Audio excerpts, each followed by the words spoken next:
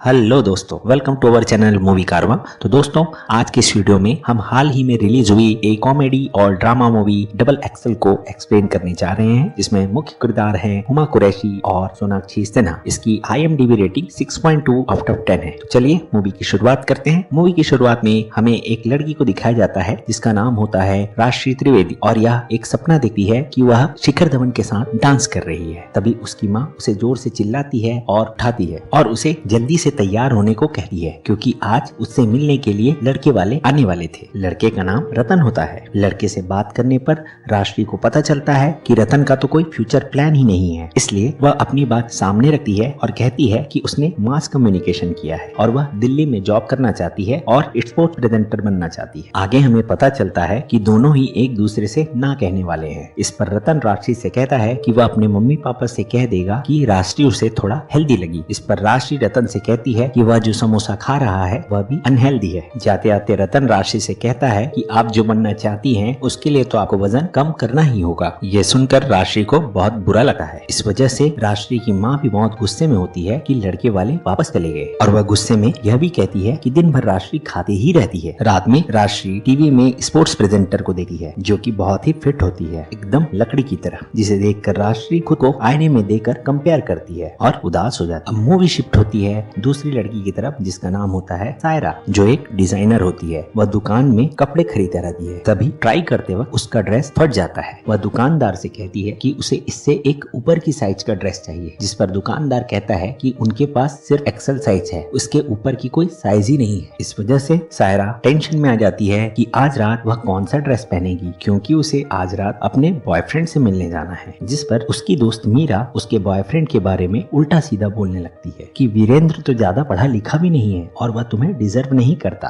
जिस वजह से शायरा गुस्सा हो जाती है। अब रात में वह तैयार होकर वीरेंद्र के साथ पार्टी में जाती है। फिर पार्टी में सायरा को उसके भैया कॉल करते हैं और उसे एक गुड न्यूज देते हैं कि डिजाइनर ट्रैवल लॉ फंडिंग का इंतजाम हो गया है। फिर शायरा खुशी से पागल हो जाती है और वह ये गुड न्यूज अपने बॉयफ्रेंड वीरेंद्र को देना चाहती है। तभी वह पार्टी में लड़कियों को सायरा के बारे में बात करते हुए सुनती है और वे उसके मोटी होने का मजाक उड़ा रहे होते हैं। वे लोग कहते हैं कि कैसे इस मोटी लड़की को वीरेंद्र जैसा लड़का मिल गया। इन सब बातों को सुनकर सायरा उदास हो जाती है और वह बहुत उदास चेहरा लेकर अपना गुड न्यूज वीरेंद्र को सुनाती है। अब मूवी शिफ्ट हो जाती है राशि की तरफ, जहां हमें बताया जाता है कि राशि के घर में इंटरव्यू के लिए एक लेटर आया हुआ है और इस वजह से राशि की माँ उस पर बहुत गुस्सा होती है, पर राशि के पापा उसका सपोर्ट करते हैं और राशि से कहते हैं कि अगर तुम करना चाहती हो तो करो। पर उसकी माँ ऐसा बिल्कुल भी नहीं चाहती है, क्योंकि राशि की एज हो गई 30 और उसकी अभी तक शादी नहीं हुई है। उसकी माँ सोचती है कि रिश्ता अगर अभी नहीं तो कभी नहीं। राशि अपनी मम्मी से कहती है कि इतने सारी कैंडिडेट्स के बीच अगर उसको शॉर्टलिस्ट किया गया है तो वाकई उसमें कोई ना कोई तो बात जरूर होगी। और ये बात सुनकर राशि की माँ इंटरव्यू के लिए मान जाती है, लेकिन वह उसके सामने एक शर्त भी रखती है, अगर उसकी यह जॉब नहीं लगी तो उसे शादी करनी होगी और दिल्ली जाकर वह अपने मौसी के घर में रहेगी, न कि होटल में। दिल्ली के रेलवे स्टेशन पर राशि के मौसा और मौसी उसे लेने आते हैं और तभी राशि की मौसी भी यही कहती है कि राशि पहले से और ज्यादा मोटी हो गई है। घर पहुंचकर उसकी मौसी अपनी बेटी अमृता के बारे में उसे बताती है कि वो अपने हस्बैंड के साथ अमेरिका शिफ्ट हो गई है।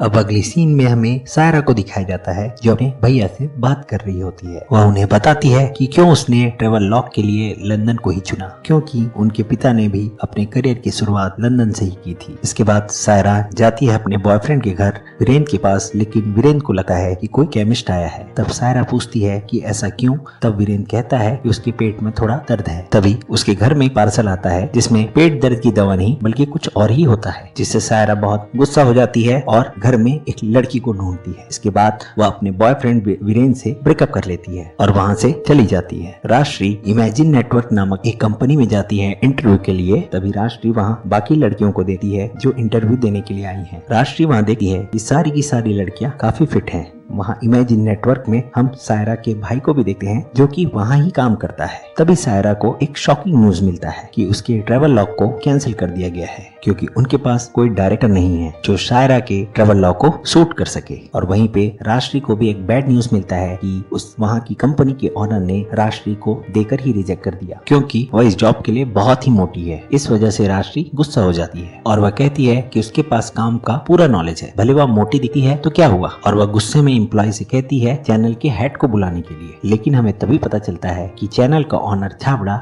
लंदन में रहता है। इधर सपना टूट जाने के कारण सायरा बाथरूम में रो रही होती है और तभी उससे रोते हुए राष्ट्री मिलती है। फिर दोनों एक दूसरे से उनकी कहानी पूछते हैं। तभी राष्ट्री सायरा को अपना स्पोर्ट्स प्रेजेंटर का वीडियो दिखाती है जिसको उसने खुद ही डायरेक्ट किया है। फिर सायरा वीडियो देकर उससे पूछती है क्या सच में तुमने इसे डायरेक्ट किया है। फिर सायरा राष्ट्री को अपने साथ काम करने के लिए कहती है। फिर वह कहती है कि अगर वह उसके साथ काम करेगी तो राष्ट्री को वापस जाकर कम से कम शादी तो नहीं करनी पड़ेगी। अब सायरा को उसकी डायरेक्टर राष्ट्री मिल जाती है। तभी वहाँ पर उनका एक कैमरामैन आता है जिसका नाम होता है श्रीकांत। उसके बाद तीनों आखिरकार लंदन पहुंच जाते हैं और एयरपोर्ट पर उन्हें पिक करने के लिए आता है जोरावर रहमान, जो उन्हें रहने के लिए एक घर में लेकर जाता है जहाँ पर राष्ट्री और सायरा एक साथ कमरा शेयर करते हैं। उसके बाद चारों लंदन घूमने के लिए निकल जाते हैं और शूटिंग के लिए लोकेशन ढूंढने लगते हैं। रात में एक बार में राष्ट्री जोरावर से कहती है कि वह दरअसल एक स्पोर्ट्स प्रेजेंटर बनना चाहती है और जोरावर उसका टैलेंट देखकर हैरान हो जाता है और सोचता है कि तुम्हें कैसे किसी ने सेलेक्ट नहीं किया। अगले दिन शायरा का ट्रैवल लॉग स्टार्ट होता है जिसके लिए लड़कियों का अरेंजमेंट जोरावर करता है। वीडियो देखकर सायरा बहुत खुश होती है क्योंकि काम बहुत अच्छा हो रहा होता है। तभी जोरावर आकर एक खुशखबरी देता है कि उसने कपिल देव को मना लिया है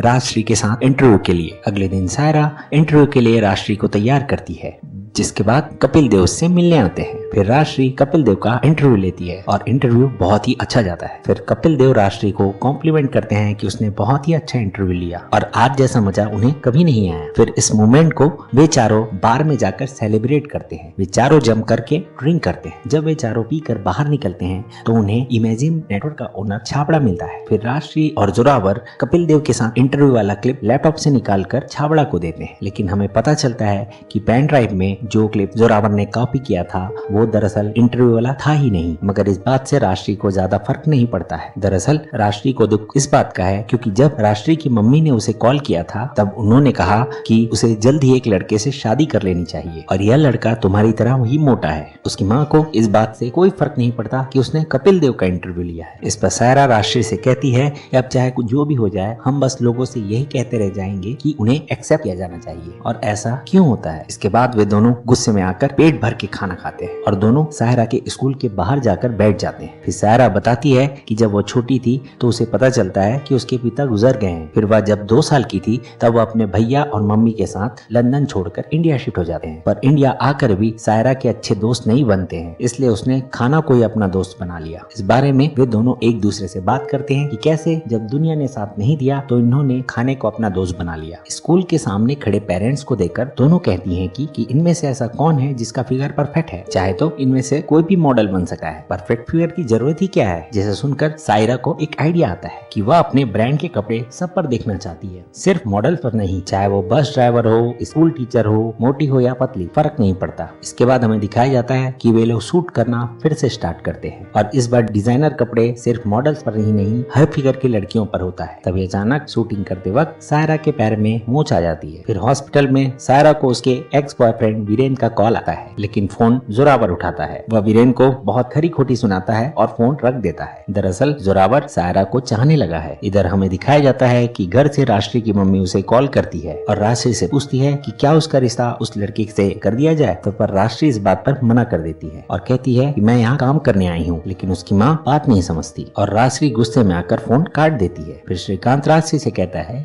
कि हमें कपिल देव वाला इंटरव्यू इंटरनेट पर अपलोड कर देना चाहिए, लेकिन राष्ट्री इसमें मना कर देती है क्योंकि ऐसा करने पर वह फिर से उम्मीद लगाएगी और उसका उम्मीद फिर टूट जाएगा। इससे अच्छा उसे वापस इंडिया जाकर शादी ही कर लेना चाहिए। फिर श्रीकांत भी अपनी दुख भरी कहानी शेयर करता है कि कैसे वह जब अपना पहला प्रोजेक्ट एक वाइल्ड लाइफ डॉक्यूमेंट्री शूट कर रहा था, उस डॉक्यूमेंट्री को देखने से पहले उसके पापा उसे छोड़कर चले गए और वह राष्ट्री से हार न मानने की बात कहता है। और अगले दिन आखिरकार शायरा का ट्रैवल लॉग खत्म होता है, जिसे देखकर वो बहुत खुश होती है। अब वो परसों सभी इंडिया निकल जाएंगे, पर जाने से पहले जोरावर उन सबको अपने घर में इनवाइट करता है। सायरा, राजश्री और श्रीकांत जोरावर के मम्मी से मिलते हैं और सभी जब बैठकर बात कर रहे होते हैं तभी राजश्री को मिस्टर छाबड़ा का फोन आता है। फिर राजश्री ये सोचती है कि उनके पास तो गलत वीडियो चला गया था। फिर मिस्टर छाबड़ा ने राजश्री को क्यों फोन किया। फिर मिस्टर छाबड़ा राजश्री को बताते हैं कि उसने कपिल देव वाला इंटरव्यू देखा जो उन्हें बहुत ही पसंद आया और वो चाहते हैं कि राजश्री उनके चैनल के लिए काम करे और उनका अगला क्रिकेट शो होस्ट करे। फिर हमें पता चलता है कि इस वीडियो को ऑनलाइन किसी और ने नहीं बल्कि श्रीकांत ने डाला। अब आखिरकार शायरा दिल्ली पहुंचती है और राजश्री मेरठ पहुंचती है और राजश्री की मम्मी उससे कहती है कि 20 तारीख को तुमसे एक लड़का मिलने आने वाला है जिसका नाम योगेश है, लेकिन राजश्री मना कर देती है। वो अपनी माँ से कहती है कि वो इंडिया का सबसे बड़ा क्रिकेट शो